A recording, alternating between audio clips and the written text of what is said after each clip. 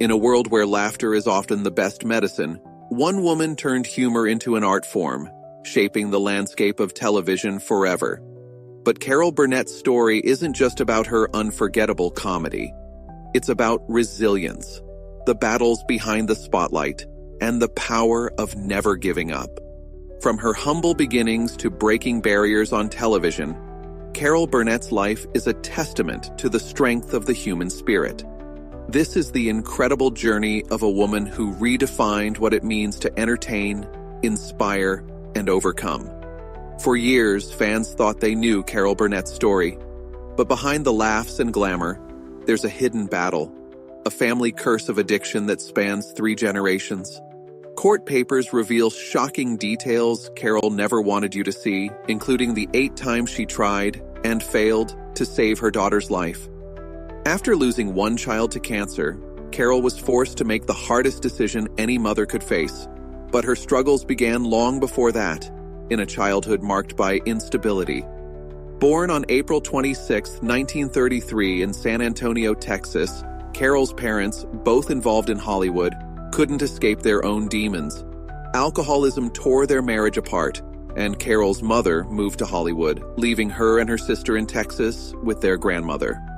At just 7, Carol realized her life wasn't like other kids. With her father absent and her mother chasing her dreams, Carol's only constant was her grandmother. They moved to Hollywood, where they lived in a cramped apartment, scraping by. Despite the hardships, Carol's grandmother made sure one thing never changed: trips to the movies. Surrounded by stars like Fred Astaire and Judy Garland, Carol found an escape. But little did anyone know, this escape would eventually lead her to the same haunting struggles she faced as a child. As a little girl, Carol Burnett would sit in dark theaters, mesmerized by glamorous stars like Fred Astaire and Judy Garland. For a few hours, life felt magical, but outside those walls, loneliness loomed. At 8, she invented an imaginary twin, Karen, to cope. She went all in, changing outfits, running between doors, convincing neighbors Karen was real. Eventually, the act became too exhausting, and Carol let go. She dreamed of being a journalist and got accepted to UCLA, but there was a catch. Her family couldn't afford the tuition. Just as hope seemed lost, an envelope arrived with exactly $50. She never found out who sent it, but she called it her ticket to UCLA. That one act of kindness changed everything. UCLA didn't offer journalism, so Carol switched to theater arts and English. Her first acting performance earned a D, but when she stepped onto the stage at Royce Hall, something clicked. Carol realized she had a gift for making people laugh. That moment would set the course for the rest of her life. By the end of her freshman year, she was named Most Promising Newcomer. But college wasn't the end. Carol dreamed of Broadway. There was just one problem: money. In 1954, a businessman and his wife saw her perform in San Diego and offered her $1,000 to move to New York. But there were 3 conditions: never reveal their identity, use the money only for the move, and if she succeeded, help others. With that $1,000, she moved to New York in 1955, staying at the Rehearsal Club, a boarding house for aspiring actresses. Life was tough. Burnett worked as a hat-check girl and helped organize a showcase to attract agents. But the money didn't last long. She would have to fight harder than ever to make her dream come true. The event was a success. Stars like Marlene Dietrich and Celeste Holm attended. But it wasn't just a win for Carol Burnett. It created opportunities for many young women at the Rehearsal Club. Yet, even with that boost, steady work was elusive. Carol performed in nightclubs, delivering comedic numbers like "I Made a Fool of Myself" over John Foster Dulles, which caught the attention of audiences and landed her spots on The Tonight Show and The Ed Sullivan Show. Her first TV role came in 1955 on The Paul Winchell Show, where she played the girlfriend of a ventriloquist dummy. It wasn't glamorous, but it was a start. In 1956, she landed a bigger role on Stanley, an NBC sitcom starring Buddy Hackett. Despite its impressive talent behind the scenes, the show couldn't compete with Arthur Godfrey's Talent Scouts and was canceled after 19 episodes. But Carol didn't give up. Her big break came in 1959 when she made her Broadway debut in Once Upon a Mattress. Playing Princess Winifred, the loud and unconventional royal, Burnett stole the show with her wild physical comedy and magnetic charm. Critics and audiences were hooked, and at just 26, she earned a Tony Award nomination. The musical ran for 470 performances, and while some critics found the production predictable, Carol's unforgettable performance made it a hit. Carol Burnett wasn't your typical Broadway leading lady. She didn't just sing and dance, she used her face, her voice, and even her body to get laughs. She wasn't afraid to look silly or push a joke to its limits. That boldness changed the game for Broadway comedies. When she left Once Upon a Mattress in 1960, she had already redefined the role of the comedic actress on stage. That success made her a star, but more importantly, it proved that Carol was more than just a singer. She was a born entertainer, and Hollywood took notice. In 1960, she joined The Garry Moore Show, where her comedic talents flourished. From 1959 to 1962, she became a fan favorite, playing a scrappy cleaning lady named Charwoman, who dreamed of being rich and famous. Carol's time on the show helped her refine her skills, working with top comedy writers and learning how to balance humor with heart. In 1962, she won her first Emmy for Outstanding Performance in a variety program. That same year, she took on a new challenge, starring in Julie and Carol at Carnegie Hall alongside Julie Andrews. The two couldn't have been more different. Andrews was graceful and polished, while Burnett was bold and goofy, but together they were electric. Their duet, You're So London, and a hilarious parody of The Sound of Music left audiences roaring with laughter. The special was a massive hit, winning an Emmy for Outstanding Program Achievement. The special almost didn't happen. CBS executives weren't convinced about Andrews' star power, but Carol pushed for it. After a truck driver told her he'd watch anything with Julie Andrews, Burnett followed her instincts, and it paid off. In 1963, Burnett made her film debut in Who's Been Sleeping in My Bed alongside Dean Martin. Though her role was small, critics couldn't deny that Burnett brought her trademark energy and humor. She later joked about her performance, but it was clear that even in her first film, Carol stood out. By 1967, Carol had earned enough clout to sign a 10-year contract with CBS. The deal included the option to create her own series, but when she finally pushed for it, CBS executives resisted, insisting variety shows were for men and trying to push her into a sitcom. But Carol wouldn't back down. Carol Burnett wasn't about to settle for a scripted sitcom.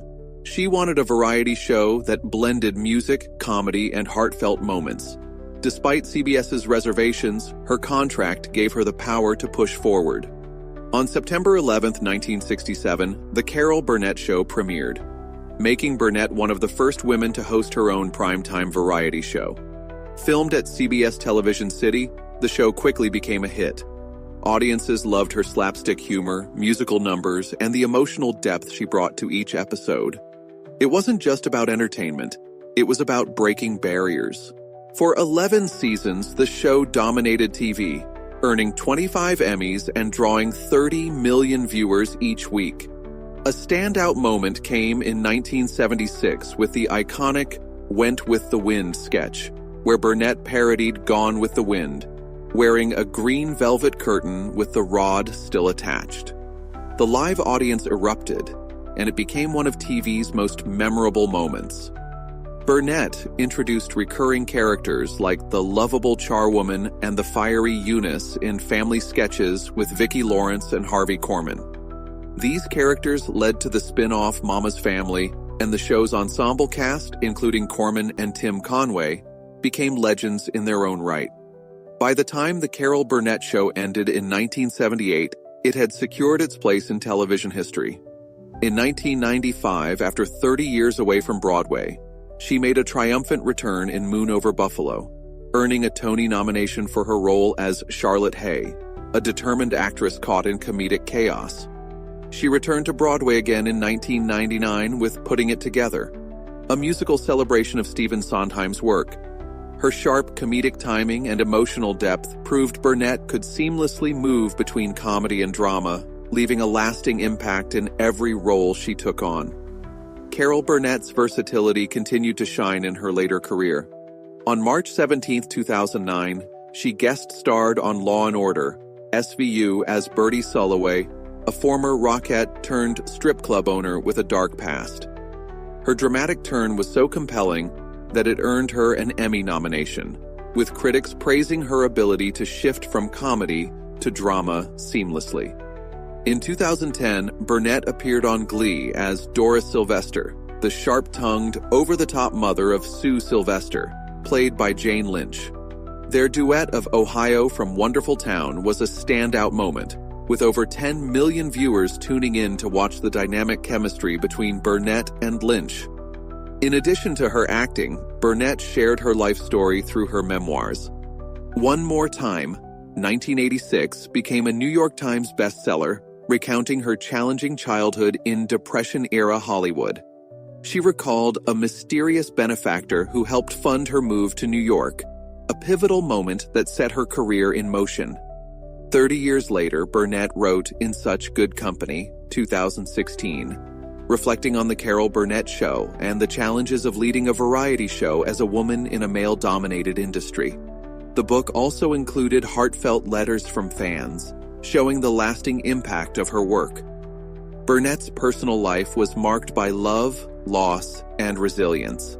She married her college sweetheart, Don Soroyan, in 1955, but their marriage struggled due to personal losses and the growing gap between their careers. They divorced in 1962. In 1963, she married television producer Joe Hamilton, with whom she had 3 daughters. Their marriage endured for more than 20 years, but the strain of Burnett's career and her daughter Carrie's drug addiction led to their separation in 1982 and eventual divorce in 1984. Hamilton passed away in 1991 after battling cancer. After 2 difficult marriages, Carol Burnett found love again in 2001 with Brian Miller, a musician 23 years her junior. Despite the age difference, Burnett joked that as they grew older, it seemed less significant. Their marriage has lasted longer than any of her previous ones. But her greatest challenge came not in her relationships, but as a mother. In 1979, People magazine revealed the painful truth about her daughter Carrie's addiction. At just 14, Carrie was using drugs, and her addiction worsened rapidly. Burnett sent her to rehab multiple times, but Carrie resisted, even running away from one facility. Burnett never gave up, even when Carrie lashed out.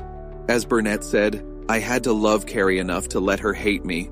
Finally, at 17, Carrie turned a corner. During her 3rd stint in rehab, a doctor pointed out that her idol, Janis Joplin, died from addiction. It was a wake-up call for Carrie. She got sober and started mending her relationship with her mother, even co-writing the Broadway play Hollywood Arms based on Burnett's memoir. But as the play was coming to life, tragedy struck.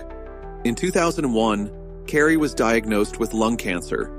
Despite undergoing treatment, the cancer spread quickly. Carrie stayed positive, focusing on Hollywood Arms even as the disease took its toll. On January 20, 2002, Carrie passed away at just 38 years old. Burnett, devastated, knew she had to finish what they had started. On opening night, a bouquet of flowers appeared in Burnett's hotel room, just like Carrie's tattoo, and a bottle of champagne with Carrie's middle name arrived backstage. It rained on opening night, a nod to Carrie's love of rain. But the struggles didn't end there. Burnett's other daughter, Erin Hamilton, also battled addiction. Throughout her life, Erin went to rehab at least 8 times but struggled with relapses.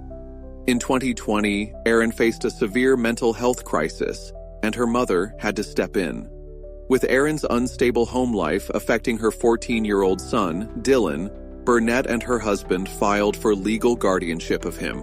The court granted it, giving Dylan stability, but it created tension between Burnett and Erin. Erin's visits with Dylan were suspended in 2023 due to her unpredictable behavior. When Dylan turned 18 in September 2024, The legal restrictions were lifted. Erin, now sober for 18 months, wanted to reconnect with both Dylan and her mother. But Burnett, having seen this cycle before, struggled to trust. After losing one daughter to cancer, she couldn't risk losing Dylan to addiction as well. Erin's struggle with addiction left deep scars. Court records from 2020 show she had been institutionalized at least 8 times in 19 years, alternating between rehab and psychiatric facilities. Despite all the treatment, relapses continued. Addiction doesn't only affect the person suffering, it tears through families, leaving broken trust and painful memories. Carol Burnett understands this all too well. Growing up with 2 alcoholic parents, she saw firsthand how addiction destroys lives.